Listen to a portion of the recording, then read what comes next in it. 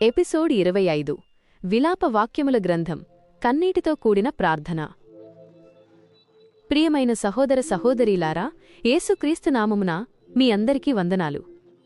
Bible పుస్తకాల పరిచయం సిరీస్లోని 25వ ఎపిసోడ్కు స్వాగతం.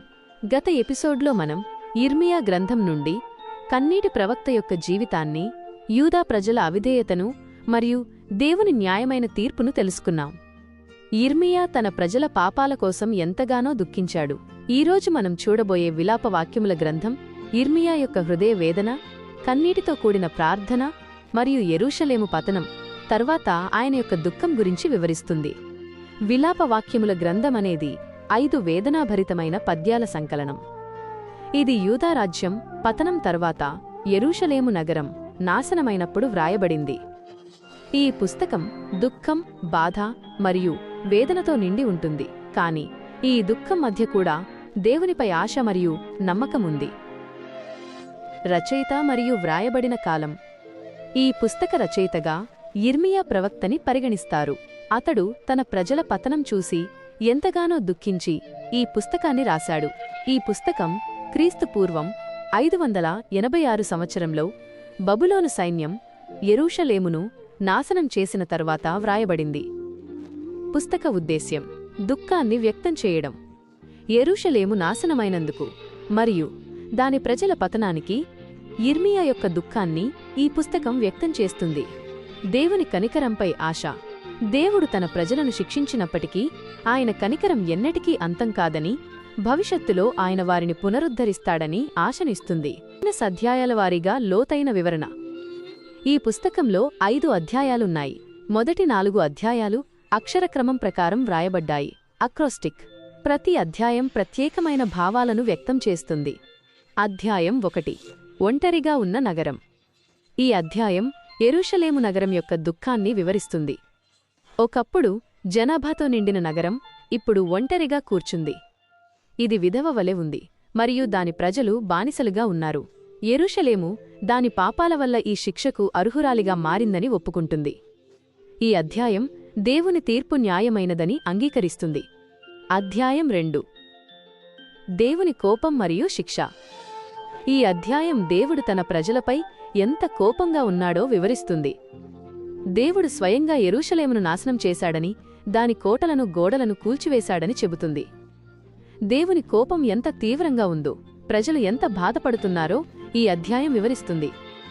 యిర్మియా తన ప్రజల దుఃఖం చూసి తన కళ్ళు కన్నీటితో నిండిపోయాయని చెబుతాడు. అధ్యాయం 3 వేదనలో ఆశే.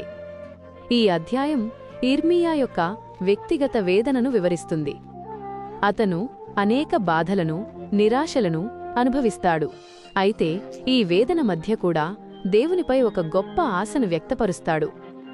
యెహోవా యొక్క కృపలే మనలను నాశనం చేయకుండా కాపాడుతున్నాయి. ఆయన కనికరములు ఎన్నటికీ అంతం కావు అని చెబుతాడు. ప్రతి ఉదయం దేవుని విశ్వసనీయత కొత్తగా ఉంటుందని చెబుతాడు. ఈ అధ్యాయం దేవుడు తన ప్రజలను విడిచిపెట్టలేదని, ఆయన వారికి పునరుద్ధరణ ఇస్తాడని నమ్మకాన్ని ఇస్తుంది. అధ్యాయం 4 పతనం యొక్క కారణాలు. ఈ అధ్యాయం యెరూషలేము పతనం యొక్క కారణాలను వివరిస్తుంది. ఒకప్పుడు ధనవంతులుగా ఉన్నవారు ఇప్పుడు దుమ్ము తింటున్నారు. ఒకప్పుడు రాజులకు బంగారు ఆభరణాలు ఉన్నవారు ఇప్పుడు పేదలుగా ఉన్నారు.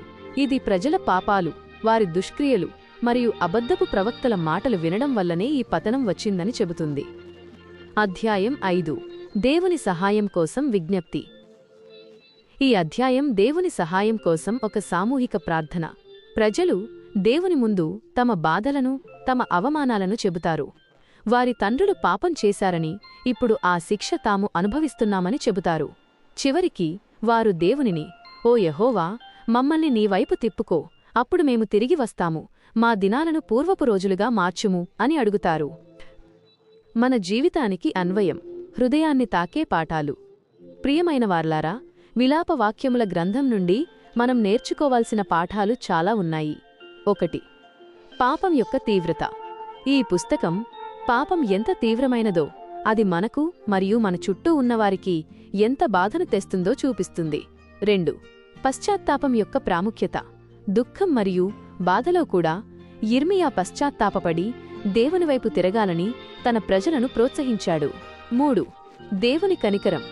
దుఃఖం మరియు శిక్ష మధ్య కూడా దేవుని కనికరం ఎన్నటికీ అంతం కాదని ఈ పుస్తకం బోధిస్తుంది. 4. దేవునిపై నమ్మకం. మనకు కష్టం వచ్చినప్పుడు దేవుడు మనల్ని విడిచిపెట్టాడని అనిపించినప్పటికీ ఆయన మనల్ని ఎప్పుడూ విడిచిపెట్టడని ఈ పుస్తకం చూపిస్తుంది. 5. ప్రార్థనలో నిజాయితీ. యిర్మీయా తన బాధను దేవునితో నిజాయితీగా పంచుకున్నాడు. మనం కూడా దేవునితో నిజాయితీగా మాట్లాడవచ్చు. 6.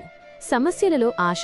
మన జీవితంలో ఎన్ని కష్టాలు వచ్చినా దేవుడు మనల్ని పునరుద్ధరిస్తాడని, మనకు ఆశనిస్తాడని మనం నమ్మాలి. 7. దేవుని న్యాయం. దేవుని తీర్పు న్యాయమైనదని ఈ పుస్తకం అంగీకరిస్తుంది. మన పాపాలకు మనం శిక్ష అనుభవించవలసి వస్తుంది. 8. ఆధ్యాత్మిక పునరుద్ధరణ. మన జీవితంలో ఆధ్యాత్మికంగా పతనమైనప్పటికీ దేవుడు మనల్ని పునరుద్ధరిస్తాడు. 9. దేవుని వైపు తిరిగి రావడం. దేవుని నుండి దూరమైనప్పుడు మనం ఆయన వైపు తిరిగి రావాలి. ఆ మార్గం ద్వారానే నిజమైన శాంతి లభిస్తుంది. 10. దేవుని విశ్వసనీయత. ఆయన విశ్వసనీయత గొప్పది అనే మాట మనకు దేవునిపై నమ్మకం ఉంచడానికి సహాయపడుతుంది. ఈరోజు మనం విలాపవాక్యముల గ్రంథం నుండి దుఃఖంలో కూడా ఆశను ఎలా కనుగొనాలో మరియు దేవుని కనికరం ఎంత గొప్పదో తెలుసుకున్నాం. తదుపరి ఎపిసోడ్లో మనం బైబిల్లోని 26వ పుస్తకం యెహెజ్కేలు గ్రంథం ద బుక్ ఆఫ్ ఎజికీల్ గురించి తెలుసుకుందాం. ఈ పుస్తకం దేవుని మహిమ, ఆయన సార్వభౌమాధికారం మరియు భవిష్యత్తు పునరుద్ధరణ గురించి వివరిస్తుంది.